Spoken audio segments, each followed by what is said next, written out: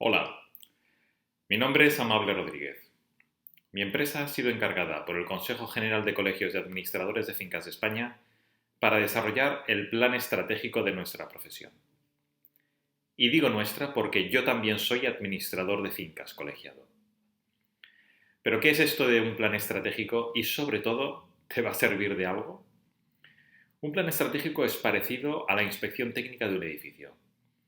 En ella un profesional visita el inmueble, sus departamentos, las zonas comunes, las cubiertas, los cuadros de contadores, en definitiva, recopila información para analizarla y recomendar acciones que permitan al inmueble seguir cumpliendo su principal función, albergar en las mejores condiciones a sus ocupantes. Recopilar información es la primera etapa de nuestro plan estratégico y lo vamos a hacer preguntando a todos aquellos que se relacionan con nosotros, administraciones públicas, empresas, otros colegios profesionales y también a los 15.000 colegiados de toda España.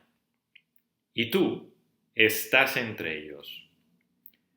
Para recopilar información hemos desarrollado un cuestionario electrónico. La idea es que puedas rellenarlo desde tu ordenador y lo puedas enviar por correo electrónico. El cuestionario que te pedimos que rellenes no es corto, no está hecho para quedar bien y no pretende ser un mero trámite. Pretende que nos ayudes a mejorar la profesión.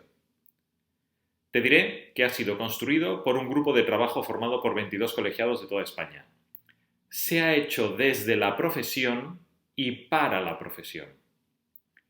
Si no te sientes capaz de hacerlo, si no puedes dedicar los minutos que nos permitirán conocer tu opinión, anhelos, problemas y esperanzas, o si tus respuestas no serán meditadas, por favor, no lo respondas.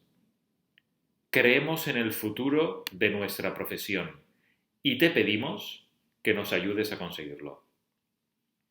Para cualquier duda, contacta con tu colegio territorial. Gracias.